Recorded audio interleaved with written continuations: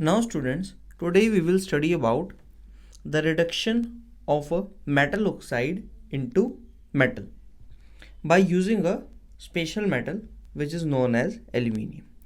It means जब हम अपने मेटल ऑक्साइड की रिडक्शन एल्यूमिनियम के थ्रू करेंगे बाय द एल्यूमिनियम, सो इस केस में हमारे पास जो हीट इवॉल्व होती है तो वो एक्सेस में होती है एंड ड्यू टू दिस, इसी वजह से इस प्रोसेस का नाम रिडक्शन विद एल्यूमिनियम से इसी प्रोसेस को हमने नाम रखा, it is known as thermite process.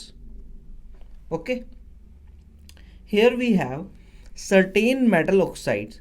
अब क्योंकि हम जानते हैं हमें अपने प्योर मेटल को मतलब मेटल ऑक्साइड से प्योर मेटल को कन्वर्ट करना है, तो ऑक्साइड से मेटल में कन्वर्जन के लिए हमें उसको रिड्यूस करना पड़ेगा. Certain metal oxides are reduced by aluminium to metal. So this method is known as aluminothermy. इसी मेथड को हम एल्यूमिनोथर्मी के नाम से भी जानते हैं. देखिए जो वर्ड है एल्यूमिनोथर्मी, ये दो वर्ड्स के कॉम्बिनेशन से बना है. The first is alumino which is related with the aluminium and second is a therm.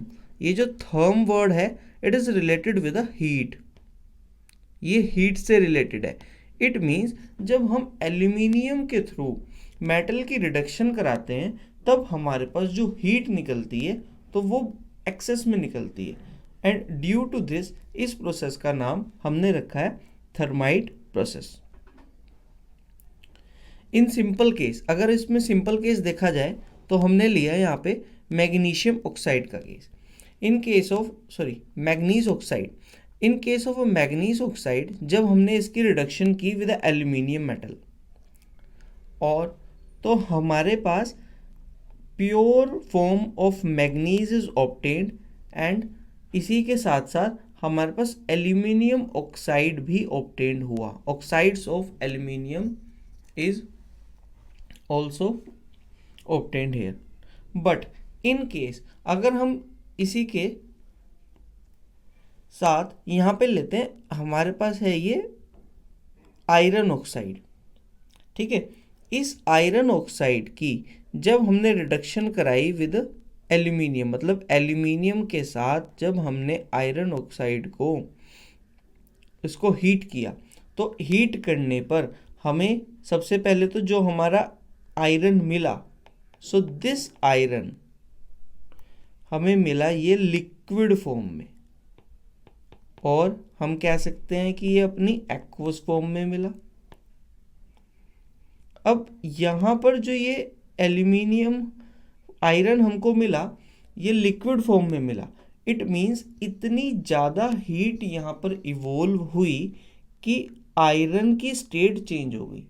Iron की स्टेट सॉलिड से लिक्विड में कन्वर्ट हो गई. तो हम यहाँ पर कह सकते हैं these type of reactions, because this is an example of exothermic reaction. Exo means evolution, मतलब निकलना. तो जहाँ जिस भी रिएक्शन में आपके पास हीट ऑब्टेन्ड हो या हीट निकले, उन रिएक्शंस को हम एक्सोथर्मिक बोलते हैं, in which evolution of heat takes place, जहाँ पर आपके पास इवोल्यूशन ऑफ हीट होती हो. इन दिस केस ये जो हमारे पास है रिएक्शन है, Fe2O3 plus Al gives Fe in the liquid form और Al2O3 और इसी के साथ में evolution of a large amount of heat. So this reaction is known as thermite reaction. और इसकी जो यूज़ है इस रिएक्शन का, क्योंकि देखो इस केस में हमारे पास जो आयरन मिला हमको, सो वो मोल्टन फॉर्म में मिला. इसी वजह से इस रिएक्शन को हम यूज़ करते हैं फॉर द वेल्डिंग पर्पस, मतलब वेल्डिंग पर्पस के भी ये काम आती है. और वेल्डिंग भी किसकी? Welding of railway tracks,